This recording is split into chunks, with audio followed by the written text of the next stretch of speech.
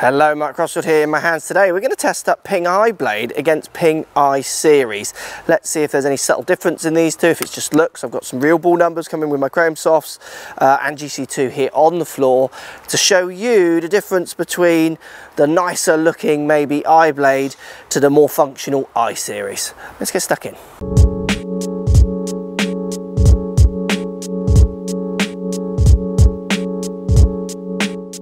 Right, so we've got two clubs here, both of them, I've got full reviews on both of these clubs if you want to check out them in fuller detail individually. So iSeries is basically got undercut cavity, it's got a little bit of weighting in the back, trying to pull the CG off the face slightly, weight out in the toe, slightly thicker sole than iBlade, putting them both down by the ball.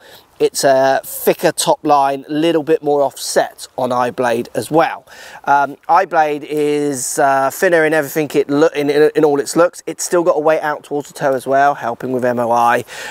Both of these clubs are going to try and perform as well as they can across the face, subject to the weighting in them in the back. So they're going to try and push it as far as they can, subject to the size of the cavities and how much they pull the weight off the face. iSeries definitely going to be looking, maybe feeling slightly more friendlier, but not much in it, to be honest. So we're going to hit both. I'm going to start with the iBlade. This club has really surprised me how much I like this club. I like the squat little head design. I love the white line at the bottom, and next to a no offset. Now using clubs that aren't offset, this is kind of really feeling or looking good in my eye. Off the face, it feels very nice. It makes the sound that this kind of better player's irons you feel should make. So it's not a forged club, it is a cast club as I understand it, but it feels like a forged from the sound that it makes. And what I really like with iBlade, even though I'm getting these kind of looks of this kind of very classic, nice looking bladed iron, I'm getting a flight which is slightly higher, which I like because you do have some weight packed down in the bottom of this club. So you are getting a friendly feeling club while at the same time delivering, well, one of the best looking irons I think Ping have ever made, to be honest. It does feel nice, and I have no problem getting this ball to launch up in the air with this club at all. So if we compare that to iSeries, so iSeries goes a fraction more back towards classic Ping, so you do still get a ferrule on this one, but you get that little bit more offset, you get the same white line on the bottom, which I do like I say, you get the thicker sole, it's a slightly longer blade, so there's more ball club down by the ball. It's going to offer a feeling that it's a little bit more friendly. Off the face, it's hard to tell. I mean, I think it's slightly louder.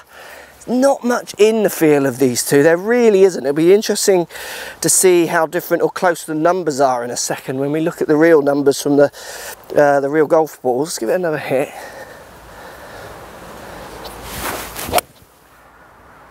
Again, I hit that really well. Struggling to tell the difference in feel. They're very close. Maybe a slightly damper sound, which then in turn makes me feel a bit softer in iBlade. Going to give this one more hit in iSeries.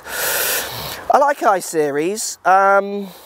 It's kind of quite understated, I always think, in lots of ways, where iBlade is pretty fancy looking. It's nice, it looks smart, it looks kind of slick, while at the same time still offering almost everything this one offers. Let's give this one more hit and we'll check the numbers out. I caught that slightly more on the bottom, did make that slightly louder sound. I would definitely say iBlade feels a fraction nicer in my head, but this undercut cavity in the back of iSeries is going to help a lot of people. Let's check the numbers out, see how similar they are. So if we look at the numbers, 166 carry with the iSeries and with the iBlade 164, so 2 yards in the carry, next to nothing. 17.7 launch with iBlade, 17.4, almost the same launch. Peaking height at 30 degrees for both, so same peak height.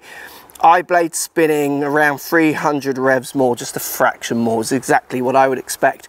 CG a little bit closer to the face, I would argue, with that one than iSeries. But you can see how close they are. You've got to remember with Ping, they've got, what have they got now? They've got G Max, G, I, iBlade. So they've got 4 irons, so we're going to be little steps between these irons.